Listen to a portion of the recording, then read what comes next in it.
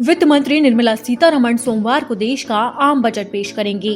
निर्मला सीतारमण के कंधों पर कोरोना वायरस महामारी के बीच पेश हो रहे इस बजट में लोगों की उम्मीदें पूरी करने की बहुत बड़ी जिम्मेदारी है, क्योंकि ये बजट पिछले पेश किए गए बाकी बजट के मुकाबले काफी अलग है।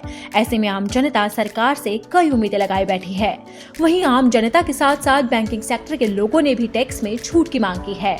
At least not only bankers but for the general employees of the different departments or even banking industry, तो जिनका जो इनकम टैक्स का जो स्लैब है at least it should be reduced, क्योंकि जो ओनली सैलरी पर्सन है जो इस ऑल ओवर इंडिया में जो मैक्सिमम जो टैक्स पे कर रहे हैं, तो एटलीस्ट उनका जो स्लैब है it should not be more than 20%।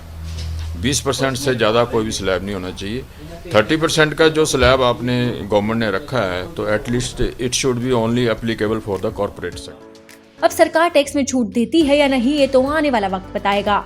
मगर सरकार ने आर्थिक सर्वे में टैक्स के मोर्चे पर लोगों को राहत देने के संकेत दिए हैं। सर्वे में कहा गया है कि सरकार को ऐसे कदम उठाने की जरूरत है जिससे लोग खर्च कर सकें और मांग बढ़े।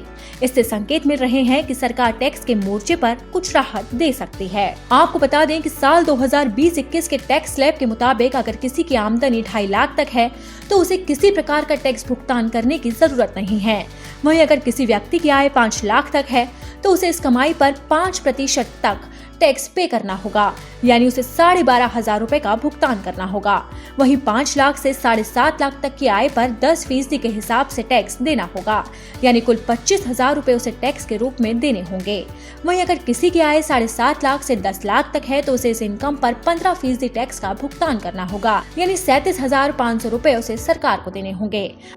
अब इसी टैक्स स्लैब में जनता छूट की मांग कर रही है। अब देखना होगा कि सरकार क्या लोगों को राहत देती है या नहीं।